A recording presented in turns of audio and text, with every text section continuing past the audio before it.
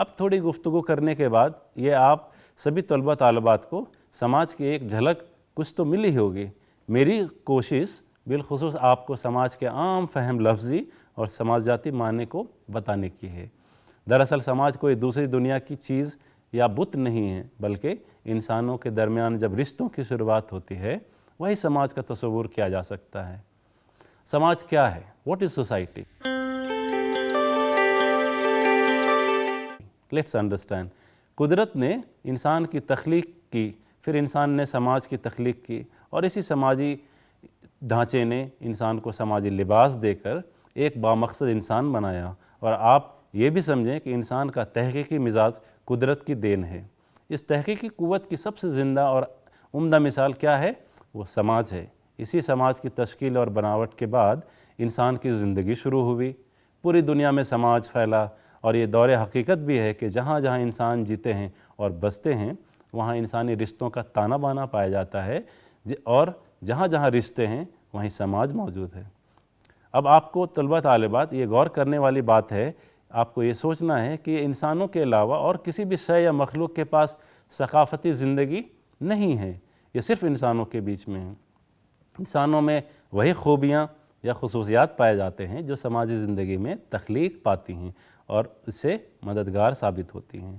ایک اور اہم بات، انسان کے اپنے پیدائش کے وقت کسی بھی سماجی خصوصیات کا حامل نہیں ہوتا، جیسا کہ آپ اسے محسوس کر سکتے ہیں۔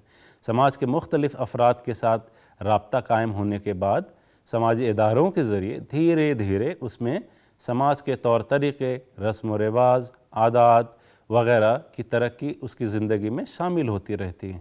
آپ نے اکثر یہ دیکھا اور سنا بھی ہوگا کہ لفظ سماج کا استعمال کچھ خاص انسانی گروہ سے نکال لیا جاتا ہے۔ عام طور پر آج کل ایسا کافی ہوتا ہے، جو حقیقتاً صحیح نہیں ہے۔ مثلاً ہندوستانی سماج، مسلمان یا ہندو سماج، عورتوں کا سماج، سکھوں کا سماج، قبیلائی سماج، یہ تمام معنی طبقے کی خصوصیت کی طرف اشارہ کرتے ہیں، نہ کہ سماج کے بنیادی معنی۔ اب یہ فرق آپ دیکھیے۔ لفظ سماج سوسیم کے معنی ساتھی یا دوست کے ہے، جیسے اور بھی میں نے پہلے اس کے بارے میں بتایا ہے۔ یہی وجہ ہے کہ ارسطو نے انسان کو ایک سماجی حیوان بھی کہا تھا۔ بنیادی ڈیفینیشنز جو ماہرین سماجیات نے کہا ہے، آپ اس کے بارے میں سنیں اور لکھ بھی سکتے ہیں۔ گلین اور گلین کے مطابق سماج مقابلتاً سب سے بڑا اور دائی گروہ ہے جو عام مفاد، عام خطے زمین، عام رہن سہن اور آپسی مدد اور اپنائیت کے احساس سے بھرا ہے، اور جس کی بنیاد پر وہ اپنے کو باہر کے گروہوں سے بالکل الگ رکھتا ہے۔ میکائیور اور پیج دوسرے ماہرین نے کہا، سماج رسم و رواج، کام کے طریقوں، حقوق و باہمی مدد، منفرد گروہوں، ان کے بٹوارے، انسانی طور طریقوں کے ضبط کے ذرائع، آزادی کے نظام کا نام ہی سماج ہے۔ ہمیشہ تبدیل ہونے والے اور بامحفوظ نظام کو ہی سماج کہتے ہیں۔ یہ سماجی تعلقات کا ایک جال ہے جو کہ ہمیشہ بدلتا رہتا ہے، کیونکہ انسانوں کا مزاج بھی بدلتا رہتا ہے۔ دراصل برائٹ نے بخوبی لکھا ہے، سماج انسانی گروہ نہیں بلکہ گروہ کے درمیان انسان کے آپسی تعلقات کی وضاحت کا نام سماج ہے۔ اب آپ کے سامنے طلبہ سماج کی بنیادی خصوصیات کے بارے میں، میجر کریکٹرسٹکس کے بارے میں بتاؤں گا۔ ابھی تک آپ نے سماج کی بنیادی فطرت سمجھی تھی۔ مجرد اقائی، ایبسٹریکٹنیس ایک بہت اہم موضوع ہے جس کے بارے میں سماجی رشتوں کا ایک نظام ہے جس کی ظاہری شکل نمایاں نہیں ہوتی۔ یہی وجہ ہے کہ ہم ان رشتوں کو صرف محسوس بھی کرتے ہیں۔ چونکہ سماج ایک مجرد اقائی ہے اس لیے اسے دیکھا نہیں جا سکتا، ایبسٹریکٹ ہے، اور ایبسٹریکٹ چیزوں کو ہم نہیں دیکھ سکتے۔ مثال میں آپ کو دوں، جیسے آپ خدا کی پہچان کرنا چاہتے ہیں، اس کو صرف یقین کے ذریعے کر سکتے ہیں، نہ کہ آپ اسے دیکھ سکتے ہیں۔ اسی طرح سماج کو آپ محسوس کر سکتے ہیں اپنے رشتوں کے ذریعے، اپنے سماجی نسبتوں کے ذریعے، اور یہی سماج کی ایک بہت بنیادی اہم خصوصیات ہے۔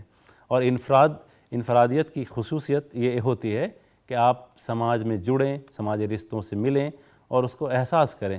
انہی کے نسبت سے سماج کو ایبسٹریکٹ کہا گیا ہے۔ اسی طرح دوسری اس کی بنیادی خصوصیت ہے اویئرنیس، آگاہی۔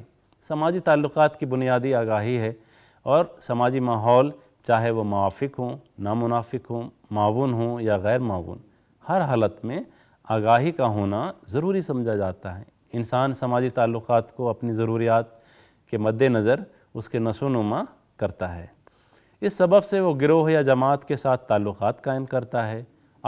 ہم سبھی لوگ تعلقات قائم کرتے ہیں کیونکہ ہم سبھی لوگ سماج کے ایک خاص فرد کے طور پر سماجی اداروں میں رہتے ہیں، جیسے کہ آپ اپنے ایک خاندان میں رہتے ہیں، اپنے دوستوں کے درمیان رہتے ہیں، ان احساسات کے بیان کو اپنے دوستوں کے بیچ میں شیئر کرتے ہیں، اس کے بارے میں گفتگو کرتے ہیں، سماجی زندگی کے آپ مقصد کے بارے میں معلومات فراہم کرتے ہیں اور خود بھی دوسروں کے خیالات و مقاصد سے روشناس ہوتے ہیں۔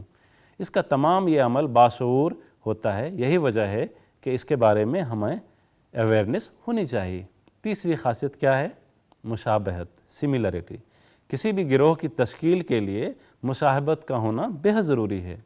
جب تک رجحان، یقین، رویہ اور جسمانی و ذہنی خصوصیات میں مشابہت نہیں ہوتی تب تک سماجی تعلقات نہیں قائم ہوتی۔ مثلاً ہمیں ایک پیئر گروپ کے بارے میں بات جب کرنا ہو تو ہمارے دوستانہ تعلقات اپنے پیئر میں انہی بنیاد پر ہوتی ہے جب ہم کچھ بنیادی سملرٹیز رکھتی ہوں ایک دوسرے سے، کیونکہ انسان کے مزاج میں یہ شامل ہے اور بنیادی رجحان اور مزاج خاص طور سے ہم محسوس کرتے ہیں، اور اسی محسوس خاصیت کے وجہ سے، سملرٹی کی وجہ سے ہمیں ایک سکون ملتا ہے اور ہماری تعلقات میں، سماجی تعلقات میں پختگی بھی آتی ہے، اس میں تعاون ہوتا ہے اور شخصیت کی نشو و نما میں پازیٹیو خصوصیات کے آثار پیدا ہوتے ہیں۔ سماجی رشتے اس کی بنیادی فطرت ہے۔ چوتھی بات اس میں آپ کو ڈسسملرٹی، غیر مشابہت۔ اگر سماج کا ہر فرد ایک جیسا ہی ہو جائے تو سماج میں نہ تو ترقی ہوگی نہ ہی اس کا وجود ہوگا۔ آپ یہ سوچئے کہ کسی بھی تعلیمی ادارے میں صرف طلبہ طالبات رہیں، اساتذہ نہ ہوں، دوسرے غیر اساتذہ اسٹاف نہ ہوں تو کیسا تصور کریں گے آپ؟ اسی طرح سماج میں غیر برابری ہونا، ڈسسملرٹی بھی ہونا بہت ضروری ہے۔ اسی وجہ کر سماجیات میں فنکشنلسٹ اسکول نے سماج کو ہائرارکیکل سوسائٹی کے طور پر بھی دیکھا ہے۔ جیسے آپ یہ سمجھیں، مختلف مذاہب، زبانوں، تہذیب و ثقافت، علم و فن، دوسری طرح کے تمام خصوصیات والے گروہوں کو وجود میں لانا اس ڈسسملرٹی کے وجہ کر ہی پاسبل ہوا ہے۔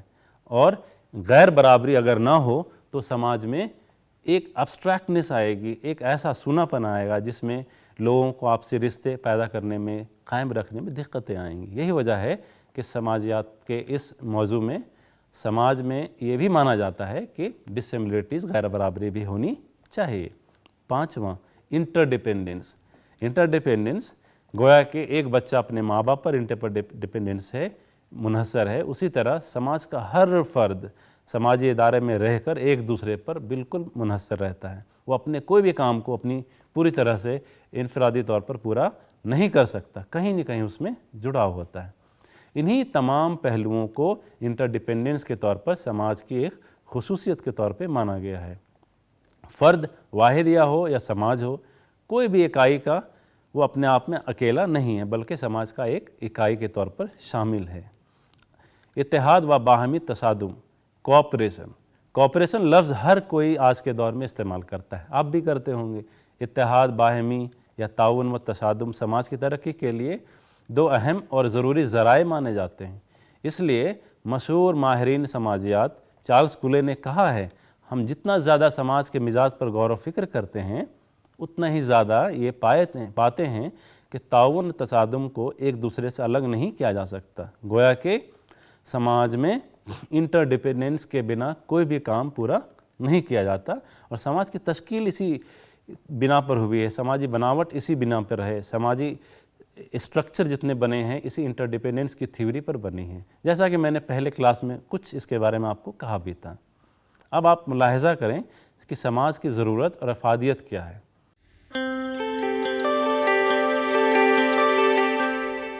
انسان ایک سماجی حیوان ہے، میں نے پہلے بھی کہا، اور ارسطو کا قول آج بھی اتنا ہی صحیح ہے جتنا 2500 سال پہلے تھا۔ انسان سماج میں پیدا ہوتا ہے، سماج میں ہی پلتا اور بڑھتا ہے، سماج میں رہ کر ہی اس کی شخصیت کی نشو و نما ہوتی ہیں۔ سماج سے الگ انسان کا کوئی وجود نہیں ہے۔ سماج سے جدا رہ کر ہم سماجی اصول، زبان، تہذیب و ثقافت اور اپنی تمام شخصیتوں کی نشو و نما پر پروان چڑھتی ہے۔ یہی وجہ ہے کہ سماج میں آپ سماج سے دور کرنے کی خوف سے ڈر جاتے ہیں۔ جیل اس کا ایک مثال ہے۔ جب کوئی کرائم انسان کرتا ہے تو اسے جیل بھیجنے کی جو روایت قانون کے ذریعے کی گئی ہیں، یہ صرف اس لیے ہے کہ سماجی نشو و نما سے آپ کو دور کیا جائے اور یہ آپ کو احساس دلایا جائے کہ آپ سماج میں ہی زندہ اور صحیح رہ سکتے ہیں۔ انسان کے لیے سماج اور سماج کے لیے انسانی جماعت کا ہونا بے حد ضروری ہے۔ انسان سماج میں کیوں رہتا ہے؟ اس کی بھی کچھ خاص وجوہات ہیں۔ یہ وجوہات سماج کی ضرورت اور افادیت پر بھی روشنی ڈالتی ہے، جو کہ مندرجہ ذیل بھی ہیں۔ انسان کا سماجی مزاج، انسان اپنے مزاج کی وجہ سے بھی سماج میں رہنا چاہتا ہے۔ وہ اکیلے رہنا پسند بالکل نہیں کرتا، اور ایسا ممکن بھی نہیں ہے کہ وہ سماج میں اکیلا رہے۔ ایک ساتھ رہنے اور باہمی امداد کا رجحان دوسرے جانوروں کی بنسبت انسان میں زیادہ پائی جاتی ہے۔ نفسیات کے ماہرین کا کہنا ہے، سائیکولوجسٹ کا، کہ انسان میں متعدد فطری رجحانات ہوتے ہیں، جیسے نسلی تولید کی فطرت، امن، محبت، نفرت، اپنی جان کی حفاظت وغیرہ۔ ان سب کا اظہار تنہائی میں نہیں ہو سکتا۔ اس کے لیے انسان کو دوسروں کی مدد، حمایت اور سماجی صحبت کی ضرورت ہے۔ اور میں اسی بات کی طرف آپ کی توجہ دلانا چاہ رہا ہوں کہ انسان ایک فرد تو ہے، لیکن وہ سماجی فرد ہے۔ شخصیت کی نشو و نما اس کی تبھی ابھر کر آتی ہے، اس کی اخلاقی ترقی میں اوصاف تبھی آتے ہیں جب وہ انسان کے بیچ میں رہتا ہے، آپسی میل ملاپ میں رہتا ہے، ورنہ وہ سوشل اینیمل صرف اینیمل کے طور پر رہتا ہے، نہ کہ وہ سوشل اینیمل۔ دوسرا، اپنی ضروریات کی تکمیل کے لیے بھی انسان سماج میں رہتا ہے۔ ہر بنیادی ضرورتوں کو پورا کرنے کے لیے انسان سماج میں رہنا چاہتا ہے، ورنہ وہ حیوان بنا دیا جاتا ہے۔ انسان کی تمام زندگی ضرورتوں سے بھری پڑی ہے، جس کی تکمیل یہیں ہوتی ہے۔ مثلاً انسان پیدا ہوتا ہے تو بالکل بے شعور ہوتا ہے، اس کی مختلف ضروریات کو پورا کرنے کے لیے سماج کے دوسرے لوگوں کی مدد ملتی ہے۔ ماں باپ، گھر کے لوگ، آس پاس کے لوگ، اسپتال، تعلیمی ادارے کے لوگ اور سماج کے وہ سبھی لوگ جو کسی نہ کسی طرح ایک دوسرے سے سیکھتے ہیں اور بچوں کو بھی سکھاتے ہیں۔ یہی تو سماجی بناوٹ ہے اور یہی تو سماج کی تشکیل ہے۔ سماج کے ذریعے مختلف ضروریات کی تکمیل، انسان پیدائش کے بعد ہی ہر طرح کے رابطے قائم کیوں کرتا ہے؟ کیونکہ وہ اپنی زندگی کی تمام ضروریتوں جیسے تعلیم و تربیت خاص طور سے وہ ایک فارمل اسکولنگ کے ذریعے، فارمل انسٹیٹیوشن کے ذریعے کیا جا سکے، ورنہ ان اداروں کی اہمیت بالکل نہیں ہوتی۔ حیوانوں کو ضرورت نہیں ہے، یہ صرف سماج میں رہنے والے افراد کو ہے جو اپنی زندگی کی بنیادی سبھی فطرتوں کو سیکھتا ہے۔ اور ایک اور اہم بات یہ ہے کہ سماج انسان کی حفاظت بھی کرتا ہے۔ سماج اپنے افراد کی حفاظت کا کام انجام اس لیے دیتا ہے کہ سماج میں کسی طرح کے مسائل پیدا نہ ہوں۔ سماج کی مختلف اکائیاں، یونٹس، تنظیمیں، ادارے ہمیشہ معاون ثابت ہوتی ہیں۔ انسان خاندان کے ساتھ سب سے پہلے اپنا رشتہ قائم کرتا ہے، جس کے مختلف افراد ایک دوسرے کی ضروریات، مشکلات میں باہمی تعاون دیتے ہیں۔ اسی طرح سماج کی رسمی اکائیاں جیسے قانون، عدالت، پولیس اور سبھی طرح کی انسٹیٹیوشن انسانوں کی حفاظت میں اپنا کردار ادا کرتے ہیں۔ اسٹیٹ، نیشن اسٹیٹ جو ماڈرن سوسائٹی کی اہم خصوصیات ہے، وہ بھی انسانی ترقی میں مدد دیتی ہیں۔ انسانی تہذیب کی ترقی کے لیے بھی سماج کی ضرورت ہے۔ تہذیب و ثقافت کی ترقی کا مطلب یہ ہے کہ انسان قدرتی طاقتوں، چیزوں کا علم حاصل کر کے اس کا استعمال اپنی ترقی، خوشحالی اور برابری لانے میں، سماج میں غیر برابری کو دور کرنے میں مدد کرے۔ یہ سب تبھی ممکن ہے جب آپ اس بات کی تصور کریں، اس بات کو مانیں کہ انسان سماج میں رہے اور باہمی تعاون قائم کر کے علم حاصل کرے۔ باہمی تعاون سے علم کا حصول ممکن ہے۔ اس کا علم کا تحفظ میں سماج کی بدولت ہے، کیونکہ سماج اسے ایک نسل سے دوسری نسل تک منتقل کرنے کا انجام دیتا ہے، کام دیتا ہے۔ مطلب ایک نالج کا، ایک علم کا ایک سوسائٹی سے دوسرے سوسائٹی میں ٹرانسفر ہونا، اور یہی کلچر ہمیں سکھاتا ہے۔ سماجی معاشی ترقی میں معاون بھی کرتا ہے۔ انسان کی معاشیاتی ترقی میں سماج کا اہم کردار ہے۔ گویا کہ انسان جب پیدا ہوا تو اسے کھانے کے لیے کچھ اشیاء چاہیے، چیزیں چاہیے، گھر چاہیے۔ اسی وجہ کر سماج میں انسانوں کے بیچ میں محنت کی بنیاد پر ڈویژن آف لیبر بھی کرتی ہے، اور انہی ڈویژن آف لیبر کے ذریعے پر ہم کام کرتے ہیں اور اس میں ہنر پیدا کرتے ہیں۔ تقسیم عمل، ڈویژن آف لیبر، باہمی امداد، باہمی تعاون، باہمی شے کے کئی ذریعے بھی ہیں، پیمانہ پیدا کرتے ہیں اور ممکن ہے، اور یہ تب ممکن ہے جب سماج کا وجود موجود ہو۔ سماج میں امن اور خوشحالی کے لیے ضروری ہے کہ سماج ہو۔ سماجی زندگی کو خوشحال بنانے کے لیے امن اور خوش نظمی کی سخت ضرورت ہے، جس کی تکمیل سماج کرتا ہے۔ موجودہ دورے میں آپ اپنے سماج میں، اپنے آس پاس میں اس بات کا احساس کر سکتے ہیں اور آپ کو یہ محسوس ہوگا کہ سماج میں خوشحالی کس طرح سے بے چین ہو رہی ہے، اور خوشحالی کے لیے کس طرح سماج بے چین ہے کہ سماج میں اسے زیادہ سے زیادہ زندہ رکھے۔ سماج انسانی نسل کا تسلسل جاری رکھنے کے لیے بھی ضروری ہے۔ انسانی نسل کو برقرار رکھنے کے لیے سماج اس لیے ضروری ہے جیسے شادی جیسے ادارے، رسم و خاندان جیسے تنظیم کے ذریعے انسان اپنی نسل کو آگے بڑھانے کا کام انجام دیتا ہے، مطلب regulating individual behaviour through marriage institutions. سماج شخصیت کی نشو و نما کے لیے بھی ضروری ہے۔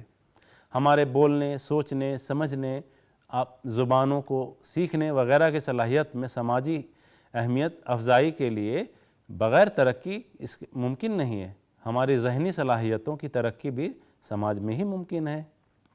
اس لیے سماج اور انسان ایک دوسرے کے لیے لازم و ملزوم ہے۔